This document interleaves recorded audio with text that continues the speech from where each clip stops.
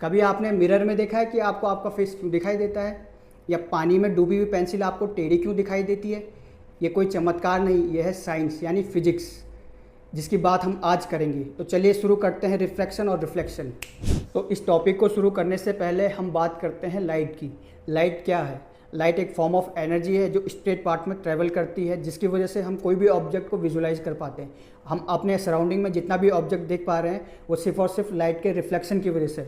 मान लीजिए कोई ऑब्जेक्ट है, ये मैंने बोतल रखा, अब ये बोतल मुझे इसलिए दिख पा रहा है क्योंकि लाइट रिफ्लेक्ट हो रही है इसके सरफेस पे, और सरफेस के बाद पहुंच रही है मेरी आइज़ पे, तो ईजिली मुझे ये बोतल दिख पा रही है। अब मान लीजिए कैप लिया, कैप को मैंने हाइड कर दिया, अभी ये कैप मुझको नहीं दिख पा रही है। क्यों नहीं दिख पा रही है? क्योंकि लाइट रिफ्लेक्ट तो हो रही है लेकिन वो मेरी आइज़ पे नहीं पहुंच पा रही है। क्यों नहीं पहुंच पा रही है? क्योंकि बीच में क्या है, बैरियर, ये बोतल है। अगर बोतल को हटाऊंगा तो रिफ्लेक्ट होकर ईजिली मेरी आइज़ पे पहुंच पाएगी।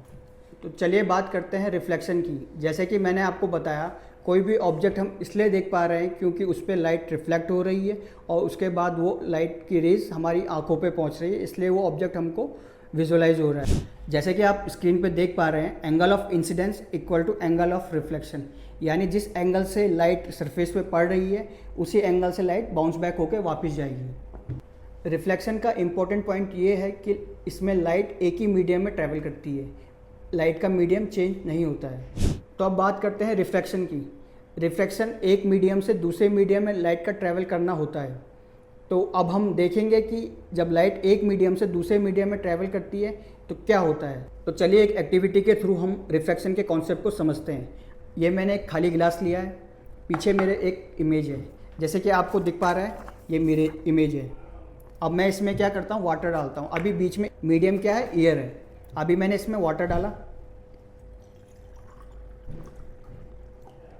आपको कुछ दिखा, डायरेक्शन चेंज हुई।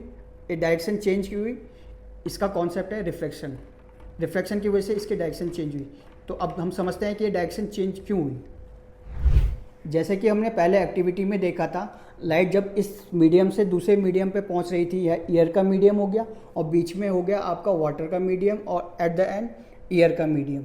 तो जब लाइट एक मीडियम से दूसरे मीडियम पे पहुंच रही थी तो ये glass of water as a convex lens use हो रहा है।